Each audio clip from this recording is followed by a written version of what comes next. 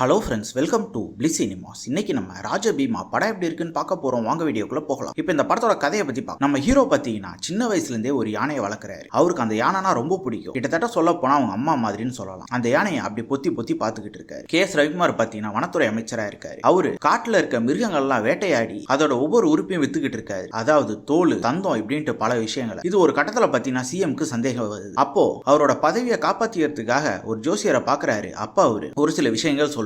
அது என்ன, அது நம்ம ஹீரோவையும் அந்த யானையை எப்படி அஃபெக்ட் பண்ணுது, அதுல இருந்து அவங்க தப்பிச்சாங்களா இல்லையா அப்படின்றத இந்த படத்தோட மொத்த கதையே. இப்போ இந்த படத்தோட பாசிட்டிவ் நெகட்டிவ் பத்தி பார்க்கலாம். பாசிட்டிவ் ஸ்டோரி பிளாட்டை சொல்லலாம். ஒரு இன்ட்ரெஸ்டிங்கான ஸ்டோரி பிளாட்டாவே எடுத்திருந்தாங்க. அத பெர்ஃபார்மன்ஸ்ல நம்ம ஹீரோ ஒரு அல்டிமேட்டான பெர்ஃபார்மன்ஸே கொடுத்திருக்காரு. அவருக்கும் அந்த யானைக்கு நடுவில் இருக்க பாண்டிங்லாம் ரொம்ப நீட்டாவே காமிச்சிருக்காங்க. அடுத்த பாசிட்டிவ் பார்த்தீங்கன்னா ஓவியா ஒரு பாட்டுக்கு டான்ஸ் ஆடி இருக்காங்க. அதுவும் நல்லாவே இருந்தது. கேரக்டர் ரைட்டிங் பார்த்தீங்கன்னா யார் கேரக்டருமே பெருசா எழுதல, யாரோடய மிங்கிளாகி உட்காந்து படத்தை பார்க்க முடியல. அதே மாதிரி படத்துல ஒரு டெக்னிக்கல் ஆஸ்பெக்ட்ஸ்லாம் பார்த்தீங்கன்னா ஓரளவு ஓகேவா இருந்தது. சினிமோகிராஃபி நல்லாவே பண்ணி கொடுத்திருந்தாங்க. சவுண்ட் எஃபெக்ட்ஸ், பிஜிஎம்லாம் பரவாயில்லாம இருந்தது. சாங்ஸ் ஓகே தான், இன்னும் கொஞ்சம் நல்லாவே பண்ணிருக்கலாம். ஸ்கிரீன் பிளேஸ் பார்க்கும்போது படம் ஃபர்ஸ்ட் ஹாஃப்லாம் பார்த்தீங்கன்னா பயங்கர ஸ்லோவா போகுது. அந்த குட்டி பையனா நம்ம ஹீரோ இருக்க போர்ஷன் நல்லாவே இருந்ததுன்னு சொல்லலாம். அதுக்கப்புறம் படம் லேக் அடிக்க ஆரம்பிச்சிருச்சு. செகண்ட் ஹாஃப் பொறுத்தளவு பார்த்தீங்கன்னா ஓரளவு கதைக்குள்ள போய் கொஞ்சம் இன்ட்ரெஸ்டிங்காக கொண்டு போனாங்க. ஓவராலா பார்த்தீங்கன்னா இது ஒரு ஒன் டைம் வாட்சபிள் படம் தான். வேணும்னா ட்ரை பண்ணி பாருங்க. இன்னொரு வீடியோல சந்திக்கலாம். தேங்க்யூ.